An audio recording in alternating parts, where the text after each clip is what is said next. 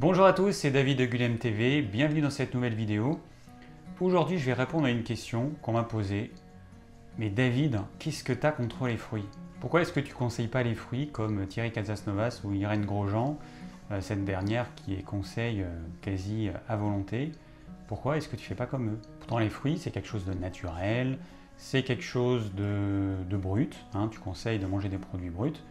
Mais pourquoi est-ce qu'on ne pourrait pas manger autant de fruits qu'on veut? Et puis Irène Grosjean, elle a quand même 60 ans d'expérience, moi j'ai que 20 ans d'expérience, donc en toute logique, son avis a beaucoup plus de poids que le mien. Alors déjà, il y a une grande différence, c'est que moi, je suis omnivore, je conseille aux gens d'être omnivores, et ça veut dire que je conseille aux gens de manger de tout en fonction des besoins de leur corps.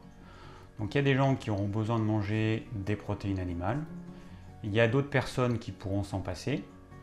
Il y a des gens qui auront besoin de manger des féculents, d'autres qui pourront s'en passer. Il y a des personnes qui pourront manger beaucoup de fruits, d'autres qui ne pourront pas en manger autant et qui devront même arrêter de consommer les fruits complètement sur une certaine période. Voilà, c'est ma vision des choses. Moi, je n'ai pas une théorie.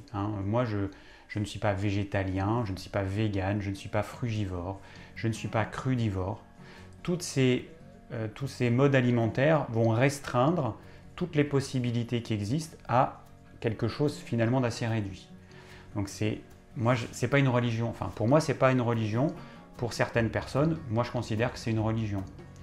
Il y a des gens qui vont justifier cette religion en disant que l'homme descend du singe, qu'il a le même tube digestif que le singe, ou en tout cas qu'il est extrêmement similaire, et que ça justifie le fait que nous devrions manger des fruits à volonté toute l'année. Alors il y a quand même beaucoup de différences entre l'homme et le singe. Enfin, je ne sais pas si vous avez vu un gorille, il y a quand même énormément de différences. Au niveau physiologique, on n'est pas du tout fait pareil. Notre intestin grêle, à nous, il est beaucoup plus long que celui du gorille, et le gros intestin du gorille, lui, il est beaucoup plus long, son gros intestin, que le nôtre. Pourquoi? Parce que le gorille, par exemple, il va manger beaucoup de choses fibreuses, et il a besoin d'avoir un gros intestin beaucoup plus long, c'est-à-dire d'avoir un microbiote plus important pour pouvoir digérer ces fibres dures que nous, on serait incapable de digérer. Après, je rappelle quand même que nous, les fruits qu'on mange, c'est une blague par rapport à ce que mange un gorille ou ce qui existe naturellement. C'est une blague pour moi. Nous, nos fruits, c'est de l'eau, du sucre et de l'acidité. Quand on regarde les fruits, ou plutôt les végétaux que mange un gorille, ça n'a rien à voir. Nous, on serait incapable de manger ce qu'il mange. Il faut savoir que la pomme d'aujourd'hui qu'on va manger n'a rien à voir avec la pomme des années 50. En gros, en moyenne, on dit qu'une pomme des années 50, ça équivaut à 100 pommes d'aujourd'hui. Donc il faudrait manger 100 pommes pour avoir la même quantité de nutriments qu'une pomme dans les années 50. Bon, c'est un ordre de grandeur, ça va dépendre des variétés des pommes. Il y a des pommes anciennes, forcément, qui seront plus riches nutritionnellement, mais ce chiffre, il est basé sur la pire pomme. Je pense que la pire pomme, c'est la pomme golden. C'est vraiment de l'eau et du sucre, uniquement. Mais en tout cas, cette pire pomme, c'est quand même celle qui est la plus consommée au monde. Alors, elle est en train petit à petit d'être détrônée par de nouvelles variétés. Bon, c'est pareil, c'est de l'eau et du sucre uniquement. Après, le reste, c'est infinitésimal, donc c'est même pas la peine d'en parler. Donc, la chose importante à comprendre, c'est que les fruits qu'on mange aujourd'hui n'ont rien à voir avec les fruits qui existaient dans le milieu naturel. On a croisé des variétés pour les faire plus grosses, donc forcément, qui dit plus gros dit plus d'eau, et c'est des variétés qui sont plus douces en goût, parce que les variétés originelles, elles étaient soit trop acides, soit trop amères, soit trop âpres, et à force de croiser ces variétés, on obtient quelque chose qui gustativement plaît plus au consommateur lambda. Sauf que ce qui se passe, c'est que en faisant cela, en fait, on diminue l'intérêt nutritionnel des fruits. Alors après, supposons qu'on enlève de tous les fruits le sucre qu'ils contiennent. Combien de personnes continueraient à manger des fruits? Moi, je pense que 99% des gens arrêteraient. Parce que ce qui fait qu'on mange des fruits, qu'on aime les fruits, c'est parce que c'est sucré. Il faut arrêter de se leurrer. Le fruit, c'est un aliment plaisir qui en plus a des vertus bénéfiques en fonction des quantités qu'on mange, en fonction de notre tempérament. Quelqu'un comme moi, par exemple, qui mangerait trop de fruits, c'est un vrai poison. L'extrait de fruits, pour moi, c'est un vrai poison. Par contre, pour d'autres personnes qui ont un tempérament différent du mien, par exemple les tempéraments sanguins, tempéraments costauds, jovial, qui ont toujours chaud, ils mangent 3 feuilles de salade, ils prennent 3 kg de muscles, Ces tempéraments-là, le fruit, c'est génial pour eux. Ça va refroidir leur corps, ça va hydrater leur corps, ça va leur apporter des fibres, parce que c'est des personnes qui souvent ont tendance à manger beaucoup de protéines animales, beaucoup trop de viande. Donc pour ces personnes-là, le fruit, c'est génial, c'est vraiment hyper bénéfique. Mais pour d'autres, ce sera nocif. Pour certaines personnes, pour les personnes minces, frileuses, anxieuses, fragiles, qui ont peu d'énergie, plus elles mangeront de fruits, plus elles vont s'enfoncer, et c'est comme si elles creusaient le trou de leur tombe. Et donc quand quelqu'un conseille à tout le monde, quel que soit son tempérament, de manger des fruits, pour moi c'est une hérésie. Et ce que je dis, n'importe qui peut en faire l'expérience. C'est hyper simple. Mangez des fruits à volonté, et surtout l'hiver. Mangez beaucoup de fruits, parce que d'après ce que disent ces personnes, les fruits contiennent la vitamine C, ils contiennent plein de nutriments, et vous allez vous sentir en pleine forme. Mangez des fruits, beaucoup de fruits, à volonté, autant que vous voulez, et voyez comment vous vous sentez. Voyez si votre frilosité augmente ou diminue. Voyez si votre énergie augmente ou diminue. Voyez comment est votre sommeil, est-ce qu'il est perturbé ou pas. Voyez comment sont vos selles. Voyez si vous allez aux toilettes normalement, ou alors si vous allez aux toilettes toutes les 10 minutes et que votre urine elle est tellement claire qu'on dirait de l'eau. Et toute cette acidité qui est contenue dans les fruits va entraîner une déminéralisation chez pas mal de personnes. Tous les tempéraments dont j'ai parlé, les tempéraments nerveux, toutes les personnes en manque d'énergie, les personnes frileuses, tout ça, toutes ces personnes-là, plus elles mangent de fruits, plus elles vont se déminéraliser. Je rappelle juste une chose, dans 100 g de choux, il y a plus de vitamine C que dans 100 g d'oranges. Pourquoi est-ce que vous mangez des oranges? C'est parce que c'est sucré. Pourquoi vous ne mangez pas du chou? Parce que c'est pas sucré, parce que c'est moins agréable à manger. Une orange, c'est juteux, puis il y a l'acidité qui peut être agréable au niveau de la stimulation des papilles gustatives, et puis il y a tout ce sucre. C'est tout ça qui fait qu'on va préférer manger une orange à du chou. Puis le chou, c'est quand même beaucoup plus coriace à manger, il faut le mâcher. L'orange, on donne deux coups de dents et puis hop, on peut avaler directement. Donc il faut être honnête, le fruit, toutes les personnes qui sont pour les fruits, qui vont vanter les intérêts du fruit à tout le monde, moi c'est ça qui me gêne, c'est à tout le monde, et ces personnes-là, moi je pense qu'elles se trompent. La différence entre un légume comme le chou par exemple et un fruit acide, c'est quoi? Dans le fruit acide, vous avez beaucoup d'acidité, donc ça va déminéraliser les personnes, ça va les refroidir. Ensuite, il y a du sucre. Plus c'est acide et moins on sent le sucre. Le sucre, quand vous mangez votre fruit entier, il ne pose pas de problème. Si vous en mangez une quantité raisonnable de fruits, il n'y a aucun problème. En revanche, il y a des personnes qui vont manger... moi, j'ai des amis qui étaient capables de manger 2 kg de fruits par jour. Après, ils s'étonnaient de prendre du poids. Oui, moi je disais, écoute, dans les fruits que tu manges, il y a du sucre. Quand tu manges un fruit, 2 fruits, 3 fruits de saison, il n'y a pas de problème.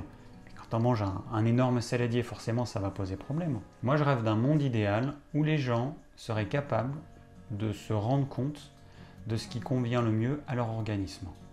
Le problème, c'est qu'on vit dans un monde où il y a une quantité faramineuse d'informations et des informations complètement contradictoires. Du coup, les personnes, si elles se fient à ces informations, un jour, elles vont manger tel aliment, et puis un jour, une autre personne va leur dire « Non, cet aliment, il est vraiment mauvais, il faut que tu arrêtes de le manger. » Ce serait bien quand même qu'on soit tous capables de dire « Mais toi et toi, ce que vous me dites, je m'en fiche complètement. Moi, j'ai mon ressenti intérieur et je sais ce qui me convient maintenant. » Parce qu'encore une fois, ce qui me convient aujourd'hui me conviendra peut-être pas forcément dans 1 an, dans 10 ans. Je pense que la question qu'on me pose le plus, c'est « J'ai entendu dire que le citron était alcalinisant, est-ce que c'est bon de prendre du citron ?» À la limite, je devrais vous dire testez et vous verrez si ça vous convient. Après, j'ai fait une vidéo qui traite du sujet. Ma réponse, elle est simple. C'est que le citron, c'est quelque chose d'acide. Il y a des gens qui me disent non, c'est pas acide. Si, je dis c'est acide. Tu prends une goutte de citron, tu la mets sur quelque chose de calcaire, ça va faire pshhh. L'acidité va neutraliser le côté alcalin. Il va y avoir une réaction avec une production de gaz carbonique. C'est une réaction chimique de base. Le citron est acide et a un pH très bas, donc il est très acide. Cette acidité, quand vous la mettez dans votre corps, elle ne va pas disparaître par magie. Votre corps, il va devoir faire quelque chose de cette acidité. Dans le citron, vous avez un triacide faible. Soit il est capable de brûler cet acide, donc les tempéraments sanguins y arrivent très bien, les personnes qui font beaucoup de sport y arrivent aussi bien, soit vous n'êtes pas capable, et donc cette acidité, vous allez devoir la neutraliser en puisant dans vos minéraux et il va y avoir une réaction chimique. Hein, la goutte qu'on met sur du calcaire fait psh, bah, c'est ce qui va se passer. C'est qu'on prend des minéraux alcalins, on mélange avec cette acidité et donc ça fait un sel neutre qui n'est pas acide. Et donc là, on a utilisé nos minéraux pour pouvoir neutraliser cette acidité. Et ça, c'est valable pour tous les fruits. Le citron, c'est probablement le fruit le plus acide. Donc je rappelle que les fruits, ils contiennent des acides faibles, que les acides faibles, il y a différents types d'acides faibles. Il y a des monoacides, des biacides et triacides. Le citron étant un triacide, il est beaucoup plus acide qu'un monoacide. Donc en conclusion, moi je ne suis pas là pour dire les fruits c'est pas bon, les fruits c'est bon.